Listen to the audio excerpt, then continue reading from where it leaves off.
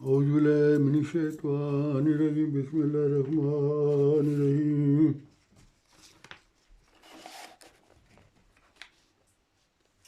ناظرین، میں آج کا موضوع اسلامی فوبیا ہے، اس کے عالمی محرکات کیا ہے. اس سے پہلے میں تمہید کے طور پر یہ چند گزارشات کرنا چاہتا ہوں تاکہ اس مضمون کو آپ کو سمجھ آ جائے.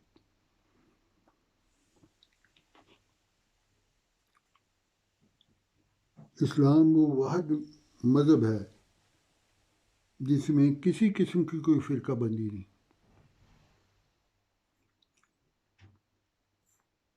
لیکن ایک زمانہ آنے والا تھا جو خلافت راشدہ کے بعد، جس کے متعلق حضور صلی اللہ علیہ وسلم نے پیشگوئی فرمائی تھی کہ زمانہ ایک ملوکیت میں بھی ایک ایسا ملوکیت کا زمانہ آئے گا جس میں جہاد کا غلط تصور، سیاسی تصور پیش کیا جائے گا اپنی حکومتوں کو مذہبی فتوے جاری کرنے کے لیے جہاد کے متعلق. اس وقت جہاد کا غلط تصور پیش ہوگا اور پھر فرقہ واریت جنم لے گی اس زمانے میں. تو آنزل نے فرمایا تھا کہ میری امت میں 72 فرقے ہوں گے. 72 فرقے جو ہوں گے،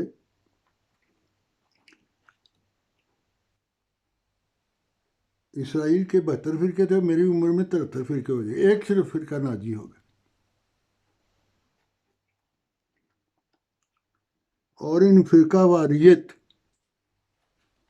جو امت میں 73 فرقے میں، اس کا وجود آنا بھی نبی علیہ السلام صلی اللہ علیہ وسلم کی پیشگوئی کی صداقت پر دال ہے. لیکن قابل افسوس پہلو ان کا یہ ہے کہ کافر بنانا اور پھر اس کے اوپر قتل کے فتوے لگانا، یہ ایک انوکھی چیز ہے جو علماء نے اس وقت جہاد کے ضمن میں اور فرقہ واریت کے ضمن میں، یہ فرقہ واریت اور قتل و غارت مرتد وغیرہ کا قتل پیش کر رہے. اس کے بیک گراؤنڈ میں پیش کر دی ہے. یورپ کے مسیحی تاریخی دور میں مطلق العنان عیسائی بادشاہ تھے. پوپ اور پادریوں کے ذریعے اپنے اقتدار کو مستحکم کیے ہوئے تھے. اس دور میں مسیحی مذہب میں فرقہ واریت کی کئی صورتیں موجود تھیں جس طرح اسلام میں ہیں، جس نے یورپ کو آگ میں فرقہ واریت کی آگ میں جھونک دیا. یہ اندوہناک صورتحال کئی صدیوں تک جاری رہی، پھر اسلام میں بھی جاری ہوگی.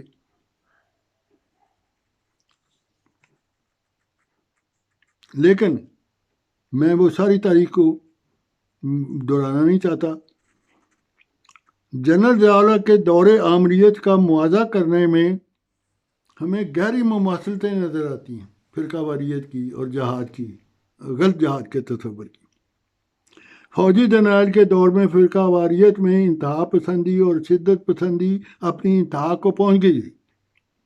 ملک میں جہادی تنظیمیں بنائی گئی، ان کو افغانستان میں اور روس کے خلاف جہاد لڑنے کا راستہ دکھایا گیا.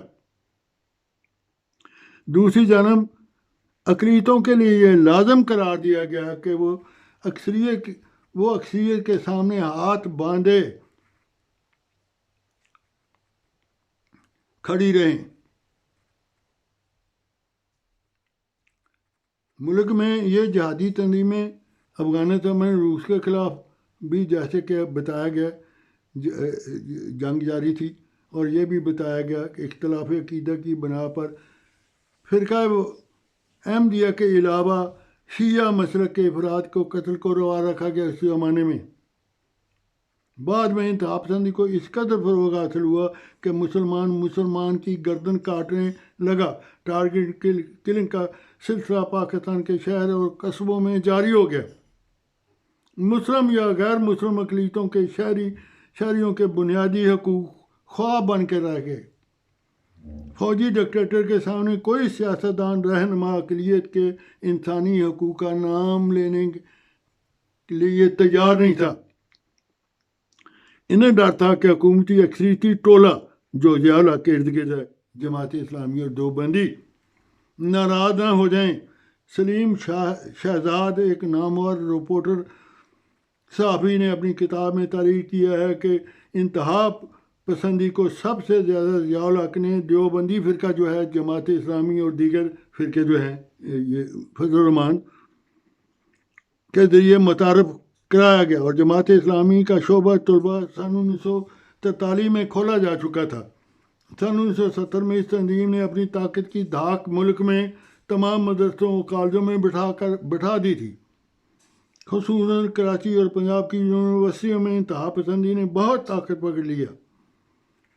چنانچہ ملک میں مڈل کلاس سیاسی اکثر لیڈر جمعیت العلماء، طلباء اور جماعت اسلامی سے تعلق رکھتے تھے۔ یہ کتاب میں بیان کیا گیا سلیم جو اس کی صحافی کی، سلیم شہزاد کی۔ پرنٹ میڈیا، الیکٹرک میڈیا میں 80% لکھاری اور اینکر مولوی بران جماعت اسلامی کے تھے۔ یہ بھی لکھا کہ اس لاکھ سے زیادہ طلباء اس میں مختلف جہادی مدرسوں سے لیے گئے، اور کئی ہزار مددگار مختلف سیاسی پارٹیوں سے حاصل ہوئے۔ ضیاء الحق کے دور میں جو ٹیم بنائی، جہادی ٹیم بنائی اور جہاد کا فلسفہ کو فروغ دیا۔ جہاد افغانستان میں ہماری آرمی نے بنیادی کردار ادا کیا تھا، یہ کتاب میں بتا رہے۔ بہت سے آرمی افیسر نے جہادی لیڈروں اور ان کے مددگار مذہبی پیشواؤں کے ہاتھ میں بیعت کی ہوئی تھی۔ بعض آرمی افیسر بعد میں طالبان اور القاعدہ کے ہراول دستے بن گئے، جن سے طاقت کا توازن القاعدہ کے حق میں اور حکومت کے خلاف ہو گیا۔ یہ ہے وہ سیاسی پس منظر جو آج کل ٹارگٹ کلنگ کے جو سلسلہ جاری ہے، رک نہیں رہا۔ آپ لکھتے ہیں کہ القاعدہ نے قبائلی علاقے سے عبداللہ محسود جیسا جلاد بھرتی کیا۔ اس شخص نے ازبک فورس پر مشتمل 2500 کا القاعدہ کے حق میں اور حکومت کے 2500 آدمیوں کا ایک دستہ تیار کیا۔ وہ لوگوں کے گلوں پر چھریاں پھیرتے تھے۔ ملک کے دینی مدارس کی جہادی تنظیمیں بھی جبر پر مبنی اسلامائزیشن کا مائنڈ سیٹ کار فرما تھا۔ سابق کارفام ہے، اب بھی کارفام ہے، تھا نہیں۔ سابق اور امیر جماعت اسلامی منور حسین صاحب اپنے شائع شدہ مضمون میں لکھتے ہیں کہ طالبان نائزیشن کا جہاد، اس کو بہت بڑا جہاد سمجھے، جہاد کی پیش رفت کا غلبہ دین اور اسلام کا چار دانگ عالم میں چرچا ہے۔ بڑا خوبی بیان کرتے ہیں چرچا ہے اس جہاد کا۔ جو شہید کے قطرہ خون سے نئے شہداء اور غازی پیدا ہو رہے ہیں، جتنے استغفر اللہ غازی پیدا ہو رہے۔ مثال کے طور پر چند سال قبل صوبہ پنجاب کے وزیر قانون راجہ ثناء اللہ نے لشکر جنگجوی کے ساتھ انتخابی سمجھوتہ کیا تھا، جس کا مقصد محض ایک سیٹ جیتنا تھا۔ پنجاب میں کل عدم دہشت گردی کی تنظیموں کا ایک بہت بڑا مذہبی ووٹ بینک نواز لیگ کا ہے۔ مختصر یہ کہ جو دہشت گرد تنظیمیں مسل کی تشدد کو بڑھاوا دیتی ہیں، اکثر انتظامیہ سیاسی جماعتوں کا ان کو سہارا مل جاتا ہے، حالانکہ یہ کوڑی کے آدمی ہیں، ایک ڈیلے کی ان کی قیمت ہے، ان کی عوام ہے، سہارا مل۔ انہیں اس بات کا خوف نہیں ہوتا کہ وہ قانون میں گرفتے ہیں، کیونکہ حکومت کے ساتھ ملے ہوتے ہیں، ہر حکومت کے ساتھ۔ جبکہ اسلام وہ واحد مذہب ہے جو خود بھی سراپا اسلامتی ہے۔ یہ کیسا اسلام پیش کر رہے ہیں خبیث ہیں، کیسا اسلام ہو رہا ہے پیش؟ جبکہ اسلام وہ واحد مذہب ہے جو خود بھی سراپا اسلامتی ہے اور دوسروں کو بھی امن سلامتی اور محبت اور رواداری کی تعلیم دینے والا مذہب ہے۔ اسلام کے معنی اسلام جی اور امن کے ہیں۔ پھر یہ کس طرح ممکن ہے کہ اسلام اپنی سیاسی غلبہ یا غیروں کے قتل کے لیے یا انہیں مسلمان بنانے کے لیے تلوار اٹھانے کی اجازت دے؟ جبکہ مضمون آگے بڑھائیں تو دین اسلام میں تو دین کے بارے میں جبر کی مذمت کی گئی ہے۔ قرآن مجید میں مذہبی رواداری کی تعلیم دی ہے، جس کا حسین نمونہ آن سلم نے اپنی حیات طیبہ میں دیا۔ دین اسلام تو کا عام اعلان کرتا ہے کہ ہر انسان کو مذہبی آزادی ہے، وہ چاہے جو دین قبول کرے، لا اکراہ فی الدین، دین میں کوئی جبر نہیں۔ پھر مذہب کے نام پر خون جو ہے اس کی وجہ بھی عقائد کا اختلاف ہو جاتا ہے۔ یعنی حد ہوگی۔ عقائد کا اختلاف تو دنیا میں ہمیشہ رہا ہے، قتل و غارت کی کیا ضرورت ہے بھائی، اور ہمیشہ رہے گا۔ اور انسان اس بارے میں کلیتاً آزاد ہے کہ اپنے دلی یقین کے مطابق جو عقیدہ چاہے اپنائے اور اپنی نجات جن نظریات میں چاہے تصور کرے، مگر یہ حق کسی کو نہیں دیا جا سکتا کہ اپنے عقائد کو کسی پر جبراً ٹھوسنے کی کوشش کرے یا آئین کا حصہ بنا لے اسے، کہ یہ نظریات ہیں جو آن صلی اللہ علیہ وسلم نے مسلمان کی تعریف کی ہے نا، ہم نہیں مانتے اس کو۔ ہم مسلمان کی تعریف جو ہے قومی اسمبلی میں ہم کریں گے، قانون کی ذات میں لے آئیں گے، جو اس کے مطابق ہوگا اس کو اڑا دیں گے۔ کسی وہی شیعوں کی بھی باری آ جائے گی، احمدیوں کی آئی۔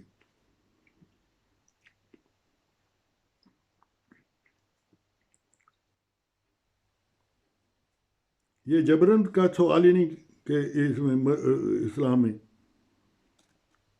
دراصل جو جبر کرنے والے ہیں، ظلم کرنے والے مذہب کے نام پر تشدد کرنے والے ہیں، وہ کون ہیں؟ ان کے مذہب، ان علماء کے مذہب امتداد زمانہ سے بگڑ کر کچھ کا کچھ بن چکے ہوتے ہیں، یا پھر ایسے مذہبی علماء اس ظلم کے ذمہ دار ہیں جن کا مذہب سے تعلق محض نام کا ہوتا ہے۔ سب سیاست چلتی ہے۔ دین اسلام کی وجہ سے ان کے دل کیا ہوتے ہیں جو اسلام پکارتے ہیں منہ سے، زبانوں سے، ان کے دل روحانیت، رحمت، شفقت اور خدمت خلق کے پاکیزہ جذبات سے عاری ہو کر چلاکی کی، ریاکاری اور صفاقی کی آماج بن چکے ہوتے ہیں۔ اب سب کو نظر آ رہا ہے کہ نہیں؟ ابھی ہوئے ہیں کہ نہیں؟ ان کی بدعمالیاں کو اسلام سے منسوب کرنا اسلام پر ایک نہایت بہت بڑا ظلم ہے۔ حق تو بات یہی ہے کہ خدا رحمتوں کا سرچشمہ ہے، کسی مذہب کے ماننے والوں کو اپنے بندوں کو ظلم کی تعلیم ہی نہیں دے سکتا، کوئی بھی مذہب ہو۔ جو خدا تعالیٰ ہے وہ تو رحمتوں کا سرچشمہ، تمام رحمتوں کا وہ کیسے کسی مذہب کو یا کسی فرقے کو کوئی اجازت دے سکتا ہے؟ جبکہ مذہبی آزادی کے اس دور میں ہمارے علماء اپنی خود ساختہ جہاد کو تلوار تک انہوں نے محدود رکھا ہے کہ بس یہی ہماری تبلیغ ہے۔ آج مغرب کے عوام سے پوچھا جائے کہ سب سے زیادہ متشدد مذہب کون سا ہے، وہ اپنا نہیں کہیں گے کہ کسی زمانے میں ہمارا بھی تھا، تاریخ صدیوں میں کون سا ہے، تو جواب کیا دیں گے؟ وہ ان کی اکثریت کا بلا جھجک کہیں گے کہ اسلام مذہب ہے، متشدد مذہب ہے۔ تبلیغ کی ہو انہوں نے مغرب میں یا اپنا نمونہ پیش کیا ہو تو اکثریت ہی نہ سمجھے، حالانکہ وہ طبقہ ہے، سنجیدہ طبقہ، وہ اسلام کی تعلیم کو بھی سمجھتا ہے، وہ مانتا ہے اسلام کی برتری کو، اخلاقی برتری کو۔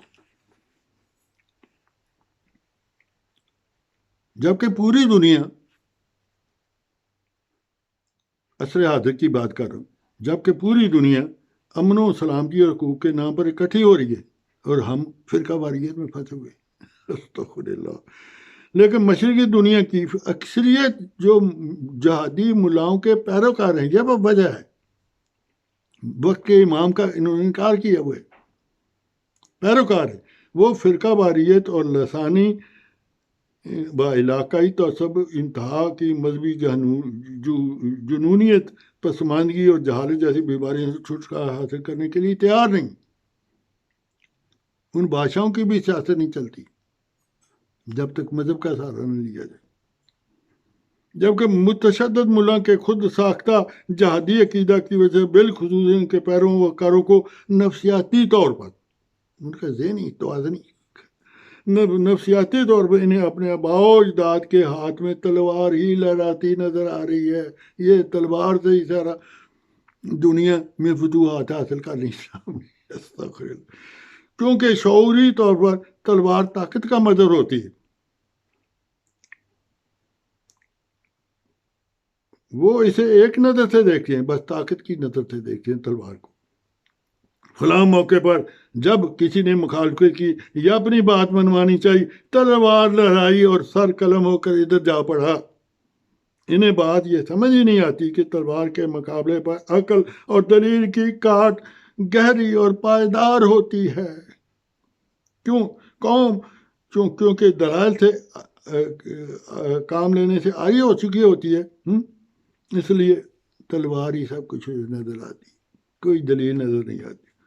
ان کے لیے ان کے نزدیک تمام امراض کا علاج تلوار ہی نظر آتی ہے. ہاں سلم کی پیش گوئی تھی، فرمائی کہ دور آخرین جو مذہبی آزادی کا دور ہے، حدیث زیادہ الحرب کے مطابق مسیح موعود مذہبی جنگ کو موقوف کر دے گا، جبکہ آپ علیہ السلام نے تلوار کا کام قلم سے کیا. آج تک وہ قلمی جہاد جاری ہے دنیا میں ہر خطے میں. دور آخری میں جو مذہبی اور جیسا کہ قرآن نے فرمایا دین اسلام میں جبر کی نفی ہے، البقرہ 257، اسلام کے معنی امن، صلح اور آشتی کے ہیں. یہ وہ زبان ہے جو جماعت احمدیہ نے 1 صدی سے زیادہ ان امت مسلمان کو سکھانے کے ہزار جتن کر رہی ہے کہ سمجھو یہ جہادی تمہاری موت بن جائے گی. لیکن وہ ملا کا سبق پڑھایا ہوا سبق تھا. انہوں نے ایک ہی رٹ لگائی ہوئی تھی کہ یعنی مرزا قادیانی نے جہاد کو حرام قرار دے دیا، بس یہی الزام تھا. لیکن 11 ستمبر 2001 کو جو انتہا پسند حملہ امریکہ اور نیو یارک کے ٹوئن ٹاور میں ہوا، امریکی سپر پاور مغربی بلاگ نے بغیر کسی تحقیق کے اس حملے کی ذمہ داری مسلمانوں پر ڈال دی. چنانچہ اولاً امریکہ افغانستان کی تباہی و بربادی اس نے شروع کر دی، اور عراق کے صدر پر بھی ایک بے بنیاد الزام کے بعد عراق پر بھی یہ لگار اس نے قائم کر دی. یہ بھی اسی رد عمل کا نتیجہ تھا کہ ہم جو ہیں وہ جہادی ہیں، سارے مسلمان پرامن مسلمان بھی جہادی ہیں، سب کو ایک صف میں ڈال دیا. مغرب کی نظر میں اگر کوئی ٹیررسٹ ہے تو یہی مسلمان تھا. اس کے بعد اس ہر قسم کی انتہا پسندی کارروائی کو بغیر تحقیق کے سارا الزام مسلمانوں کے پلڑے میں ڈال دیا گیا. یہ میں بہت پس منظر بتا رہا ہوں. پھر جو کہ جماعت احمدیہ جو پھر پلٹا کیسے کھایا انہوں نے، جو تلوار کا جہاد، جبر کا جہاد کرتے تھے اور کہتے دارالحرب کا نعرے پرچار کیا کرتے. دہشت گردی کے اس واقعے کے بعد علماء بھی مجبور ہو گئے کہ وہ بھی جو جہاد کے نعرے لگائے وہ بھی مجبور ہو گئے کہ جماعت احمدیہ کے اسلوب جہاد کو اختیار کیا کے سامنے گردنیں انہوں نے خم کر دی. اس طرح نہیں مانی. ڈنڈا جب چلا نا عالمی طاقتوں کا تو یہ خم کر دی. مغربی دنیا پہلے جماعت احمدیہ کے اسلام کے زندگی بخش پر پہلے متفق تھی، وہ تو پتہ ہم تبلیغ ساری دنیا میں کر رہے. اب ساری مشرقی دنیا بھی اسی موقف کے ساتھ کامل اتحاد اور اتفاق کا اعلانیہ کرنے پر مجبور ہو گئی.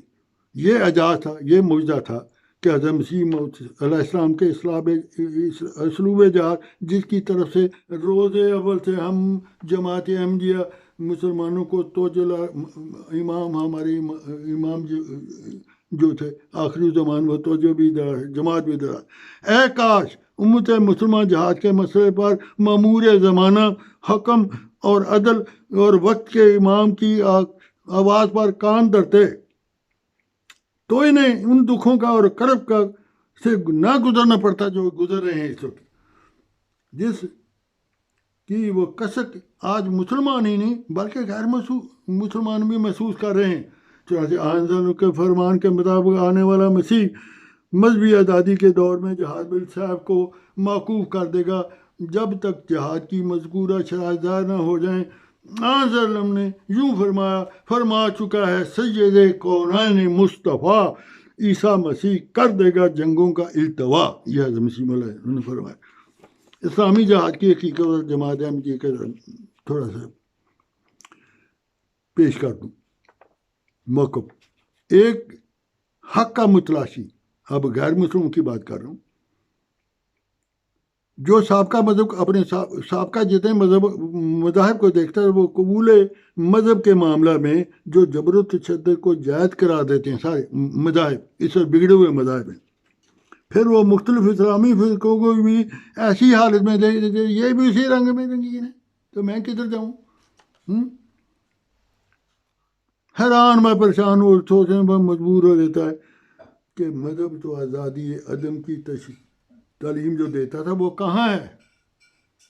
تو اس کو جواب ملتا ہے ایسے تمام متلاشین حق کے علم میں یہ ہم بات بتانا چاہتے ہیں کہ تمام عالمی کتب میں آج صرف اور صرف قرآن مجید ہی ہے جو آزادی ضمیر کا واحد علمبردار ہے، لیکن اس تعلیم پر عمل کون کر رہا ہے؟ صرف اور صرف جماعت احمدیہ عمل کر رہی ہے۔ اس کو ہم بتاتے ہیں کہ اس زمانے میں سیدنا حضرت مرزا غلام احمد قادیانی علیہ السلام مسیح موعود مہدی موعود نے خدا تعالیٰ سے علم پا کر اسلام کے اس دور آخری میں قرآن مجید کی بے نظیر تعلیم کو دنیا کے سامنے پیش فرمایا کہ جہاد میں یہ نہیں ہے جو تصور، جو مسلک شدہ تصور غلط ہے، بے بنیاد ہے۔ آپ نے 100 سال سے زائد عرصہ قبل ہر مسلک کے اسلامی علماء اور دیگر مذاہب کے رہنماؤں کو اسلامی جہاد کی حقیقت بتاتے ہوئے فرمایا تھا کہ قرآن کریم کی روشنی میں جہاد صرف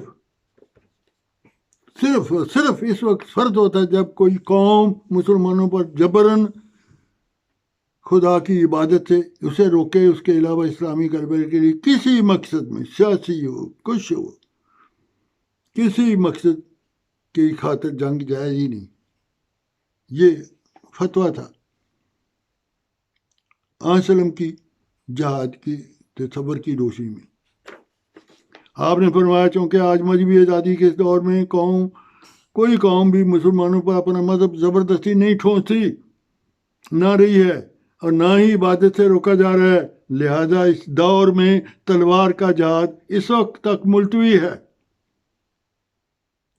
جب تک جہاد کی مذکورہ شرائط جو جہاد بالسیف کی صورت حج میں بیان ہوئی 40-41 میں بیان ہوئی، جبکہ جہاد بالسیف کی شرائط سرزمین ہند میں اس وقت مفقود تھی، اس وقت بھی نہیں تھی جب انگریز آئے حکومت کی، انگریز کے آگے سب نے سر تسلیم کر دیا، اس نے پورے ہندوستان پر حکومت کی، اس وقت جہاد نہیں یاد آئے۔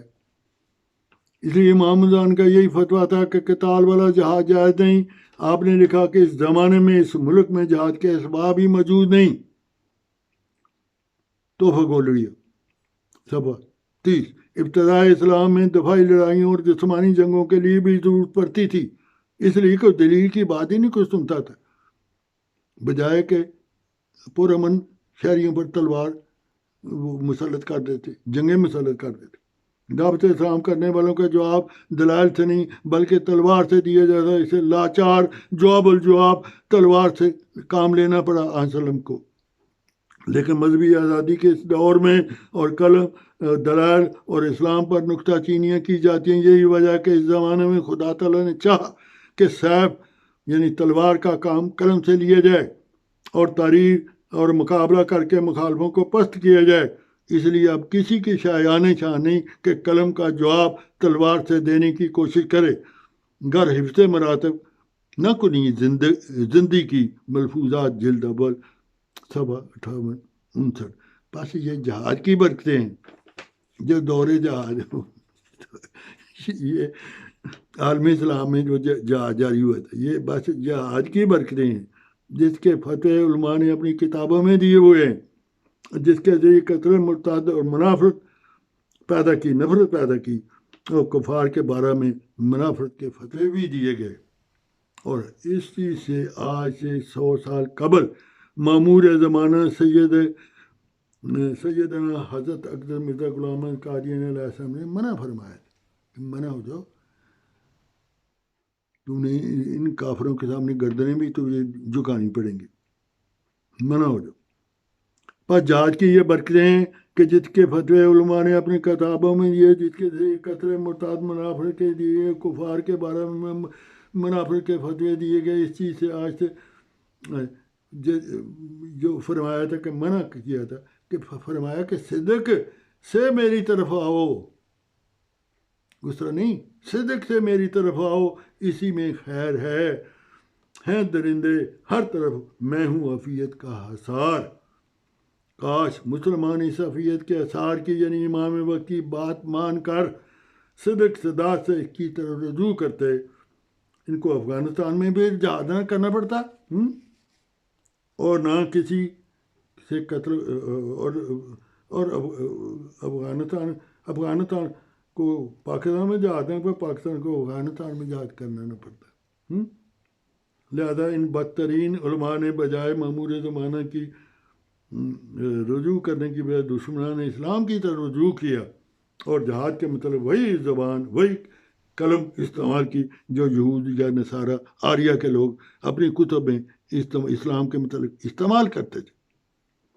وجہ اس کی یہ تھی کہ ان کی ٹریننگ ہی خدائے عالم کی بجائے یورپ کے عیسائی محققین کے ذریعے ہوئی تھی، ان کے مفاد تفت کی خاطر ہوئی تھی، لہذا وہ ان کو کھلونا بنا کر انہیں وہی زبان بولی، یہ کھلونا بن گئے، ان کے وہی زبان بولنی شروع کر دی انہوں نے جو ان کے محققین نے اسلام کے خلاف کی بیان کی کہ تلوار کے زور سے ساری دنیا میں تہلکہ مچا دیا نعوذ باللہ، اور سارے مسلمان جو ہیں اسلام کی تلوار سے ہوئے، کوئی اسلام کے کرشی میں جو اسلام کی غلبہ جو ہے اخلاقی غلبہ، آن سلم کی جو قوت قدسی ہے اس کے غلبے سے نہ ہر چیز مٹا دی انہوں نے ظالمان، اور وہ کھلونا بن گئے، زبان وہی بولنی جو انہوں نے جار سیل سمیت یا ڈوزی وغیرہ نے تلوار دنی کا اسلام کو ثابت کیا کہ تلوار دنی سے اسلام پھیلا ہے، اور انہوں نے تلوار دنی کا مسلمانوں کو سبق دینا شروع کر دیا، جس کا نتیجہ یہ ہوا کہ امریکہ کے مفادات کی تکمیل ہو گئی، عالم اسلام سخت قسم کی بے چینی، افراتفری، بد امنی کا شکار ہو گیا۔ یورپ و امریکہ کی دجالی طاقتوں کا ایک خطرناک پہلو یہ بھی ہے کہ انہوں نے مسلمان ملاؤں کو سکھا پڑھا کر اپنے مفادات حاصل کر لیے، دوسری طرف مسلمانوں کی بے بسی اور بے چارگی کا عالم یہ ہے، ان کے مفادات کی تکمیل کے لیے وہ اسلامی دہشت گرد بن گئے، جو ان کی آواز جو دہشت گرد بن گئے، تم دہشت گرد ہو۔ بتایا کیا یہ سب کچھ کیوں ہوا؟ دراصل مسلمان سچے امام مہدی کی صداقتوں سے انہوں نے منہ موڑ کر مسلمان کہاں سے کہاں چلے گئے، خود مصیبتوں کا شکار ہوئے، لیکن اسلام کو بھی بدنام کر دیا۔ اب بھی وقت ہے کہ امت مسلمان مفاد پرست ملاؤں سے پیچھا چھڑا کر جماعت اسلامی سے، فضل الرحمان اور دیگر ملاؤں سے معمور من اللہ کے دامن سے مضبوطی سے پکڑیں، وباللہ بالتوفیق۔ السلام علیکم ورحمۃ اللہ وبرکاتہ۔